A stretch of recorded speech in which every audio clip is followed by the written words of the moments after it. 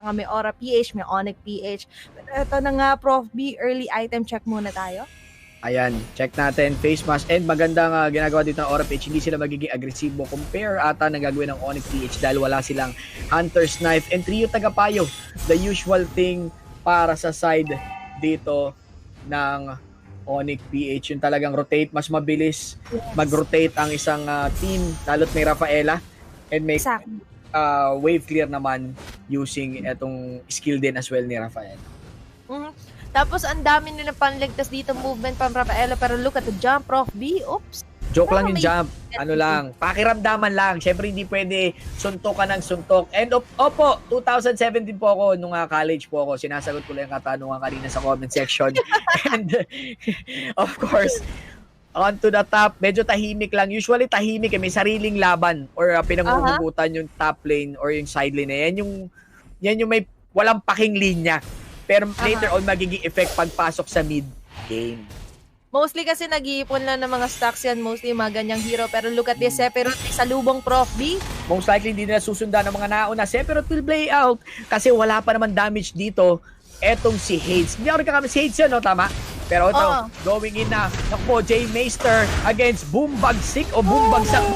Yung first blood for the side of Onyx PH na bigla sila dito and look at the attack speed. Balik mo dito. Yung attack speed niya, no?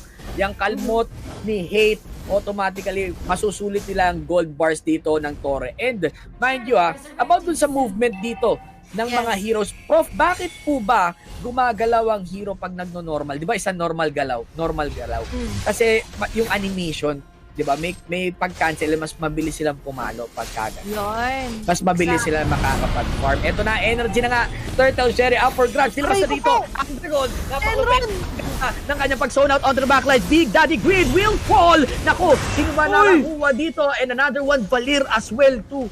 Man down, no. Yes, 2 man down for the side of Aura PH. Ang ganda ng setup dito ng upwards nilang si Yuzong without the Shin. Minsan kasi may epekto rin yung IGN, Prof B, bumbagsak. Na-force ni Kilo Wash yung early game, guys. That is 0-3 agad sa ating kill score. Kung sa kanya, ano na yan, boom, taas. Ang mas maganda dyan. Pero right now, guys, look at this one. Makakasalubong na naman ni Sinundot.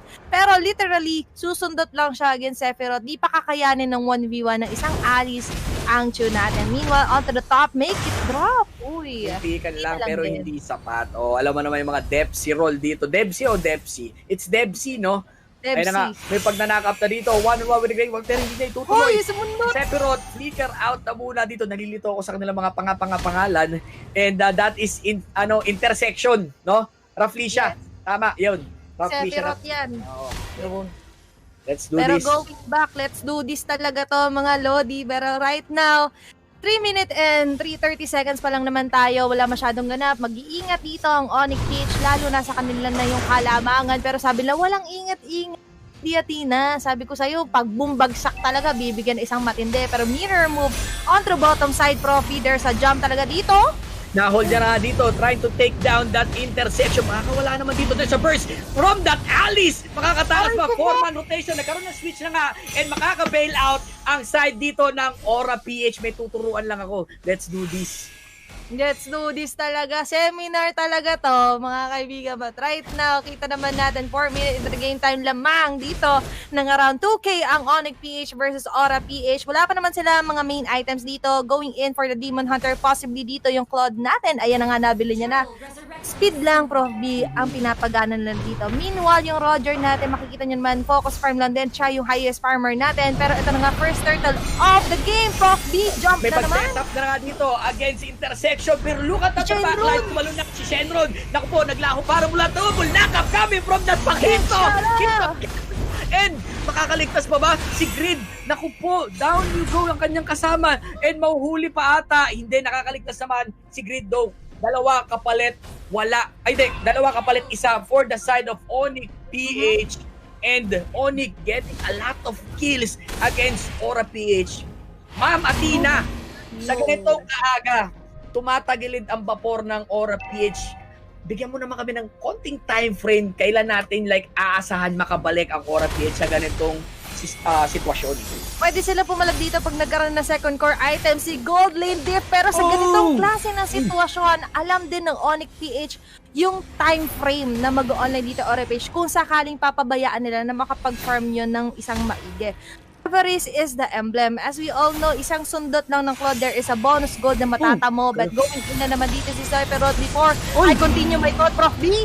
Ako po, ang ganda ng pagkabalad. Dito may pagsipa, nakahuli na. Kinalmot, kalimot. Etong si Valir, 2-man down for the side of Aura. 1-8 ang ating score. Maaari pa nilang i-convert.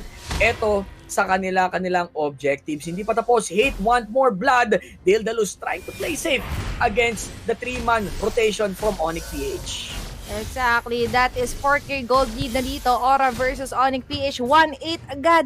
6-minute mark pa lang tayo mga kaibigan. Onyx PH very aggressive against Aura PH right now. Even though kanina sa head-to-head stats natin, mas lamang sila average kills per game. Later pa natin makikita yun guys if both of the hyper carries magtatapatan na. But I just saw Jay Macer, even Rafaela purchase the courage. Mas lalong bibilis to, Prof D. Parang si siya lang to pag naglaban-laban later on. Pero brute force breastplate for boom bagsak. Nice itemization. Lalo na siya yung inuuna mostly kanina into the early game. They need to hold their grounds if they want to turn this game around, Prof B. To be honest, hindi nila kailangan pumalag actually. Kasi or Onyx PH naman gusto nila palag ng palag para hindi makapag-focus dito ang Aura PH. Talagang binabalagbag na nga, speaking of palag, pumalag ang isang member dito ng Onyx PH pero there's a burst galing kaya intersection. Now, I think that's only a space created dahil na-secure naman ng Onyx PH yung kanilang third turtle of the game. No, it's second ba? Third? Second turtle of the game. Second turtle but makes a huge difference. That is already 21k net worth of the overall team, guys. And dalawang third takedowns. Take note of that, Prof B. Before the 10-minute mark, Onyx PH nakapag-establish na sila exactly dito nung kanilang mga grounds in order to win this game number 1. Pero Aura PH, meron pa namang comeback potential. This is still 50-50. Lalo na nakikita natin dito sa Gold Lane. Def, hindi pa naman siya totally na siya shutdown ng Onyx PH. Nakakapag-farm pa rin siya into the minion wave, embed the jungle monster. Respective buffs, hindi naman na-deny dito ng Onyx PH. Prof B, 2-8 kill score, medyo mababa pa yan. Pero Hate right now is on fire, literally. Pero onto the top, make it Blazing Duet sa dalawa, sinasalo. There's the damage, there's the knock-up. Where's the kick? Ayun na nga ang kick sa ere na pilayan. And 2-man down, that's an easy double kill para dito kay Hades ba? Or si JP? It's JP, pero kalimutan na muna natin dito. Look at this. Naku po, 3 against 1 na. Huli na dito si Brody, ang isa nilang core hero. 4-10 ang ating score. Nakakaramdam na ako ng sakit galing dun kay Claude. Naku po mga Lodi, si Daddy JP out muna dito. Prof B, naglalaro si Benny Cutie for the Gold Lane Diff.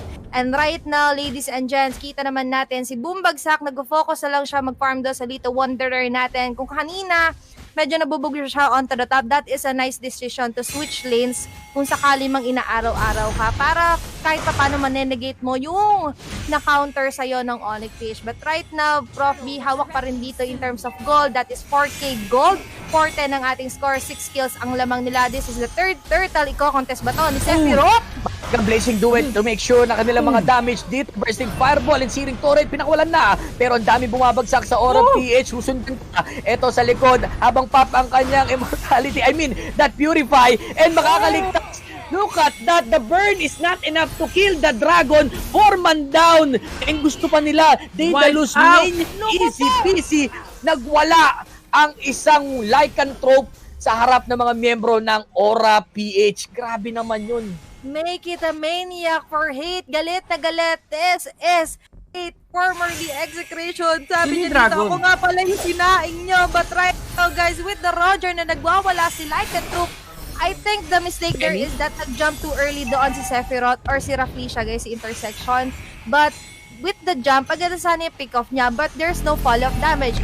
Instead, nag-counter doon yung Onyx PH, sila pa yung naubos doon. Look at this one. Pumasok agad si Sephiroth with the flicker. Tsaka pumasok si Goldie with the Blazing Duet, pero hindi niya nakita na sa kanya na nakafocus pa yung Onyx PH, Prof B. Which means, si Pamaypay, nagbibid lang ng time just to counter out with Shenron or yung dragon form niya. diba? Hindi lang ba yan yung Dragon? Yung pag-knockout dito nung Valier natin or ni Big Daddy Grid, hindi natin ramdam actually, Prof. And alam mo, isa pa sa dun sa idea kanina dito, ang ganda ng ginawa nung Aura PH, yung Blazing Duet na maaga. Ang pinaka-call kasi nila dyan, si Dale Dalus o si Broding Uubos eh. Ang ganda ng dikit-dikit eh. So yung Bismarck, hinahintay ko rin kumabit. 4 ata sila pero masyadong maganda or mas maganda yung pinakita dito ni Pamaypay to zone that Brody. So yung Mark of the Abyss and yung TAM niya, hindi niya nasulit. Exactly. Sabi nila baka sulitin, Onyx PH. Sabi nila mas nauna kami nagbayad sa buffet. Okay, first come, first serve kasi yan mga Lodi. But right now, Aura PH having a hard time to position themselves into the map. And Onyx PH, medyo lamang na sila in terms of itemization. But the Claude, good job securing the Demon Hunter and Golden Staff. Meanwhile, Bloodlust Axe with the Anticuras naman dito sa ating Yuzo.